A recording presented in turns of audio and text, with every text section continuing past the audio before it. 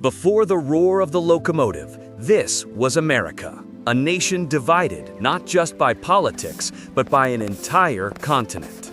To get from New York to California in the 1850s was a 6-month ordeal, a brutal journey by wagon, or a perilous sea voyage around the tip of South America.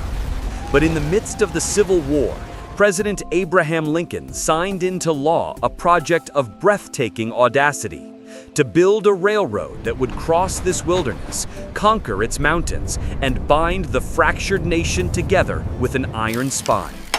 This is the story of the Transcontinental Railroad, a project fueled by a race against time, built with brute force, and paid for with immense human sacrifice. The project was structured as a race. The government offered a prize for every mile of track laid, huge grants of federal land and government bonds. The more track you built, the richer you got. This set two rival companies on a collision course. From the east, the Union Pacific hammered its way across the vast Great Plains. Led by former Union generals, their workforce of Irish immigrants and Civil War vets faced blistering heat, brutal winters, and constant violent conflict with Native American tribes whose land they were cutting through. Their advantage was speed on the open prairie.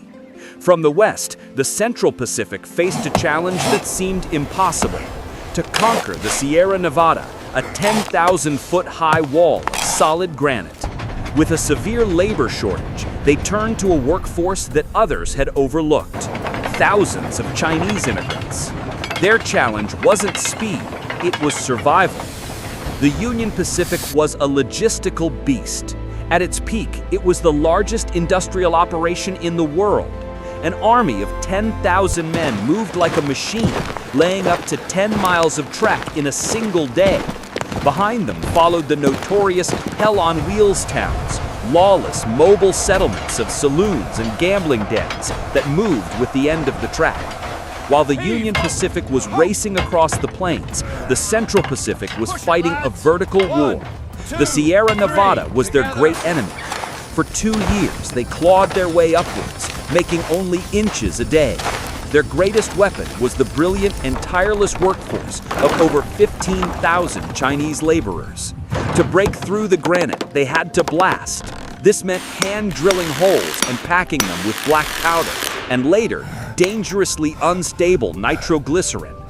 Chinese workers were often lowered down cliffs in baskets to light the fuses, risking their lives with every single blast.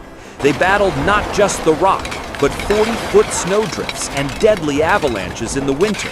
For 15 tunnels, they blasted and chipped their way through the mountain, one explosive inch at a time. The iron spine that forged a nation was built on the backs of those the nation often ignored. The Chinese workers of the Central Pacific were paid less than their white counterparts and were denied the recognition they deserved. Hundreds, perhaps thousands, lost their lives in the mountains to explosions, accidents, and avalanches. Their contribution was nearly erased from history. For the Plains Indians, the railroad was not a symbol of progress, but a harbinger of destruction. The iron horse sliced through their ancestral hunting grounds, disrupted the buffalo herds that were central to their way of life, and accelerated the very conflicts that would lead to their displacement. The Union Pacific's progress was often measured in battles fought as well as miles of track laid. This wasn't just construction, it was conquest. Finally, after 6 years of brutal labor, the race was over. At Promontory Summit, Utah, the two lines met. A final ceremonial golden spike was driven, and a single word was telegraphed to a waiting nation: done.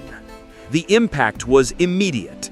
It triggered a new wave of settlement across the West, created a single continental economy, and launched America's second industrial revolution. It had physically and psychologically stitched a nation together, fulfilling the dream of manifest destiny.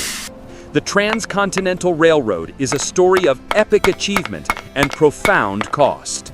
It is a symbol of unity, ingenuity, and the relentless drive that built a nation. but it is also a monument to the thousands of forgotten workers who laid its ties and the cultures that were displaced in its path. It is, and always will be, the iron spine of America. If you enjoyed this look at the project that forged a nation, hit that like button and subscribe. What other foundational American mega project should we tackle next? Let me know in the comments below. Thanks for watching.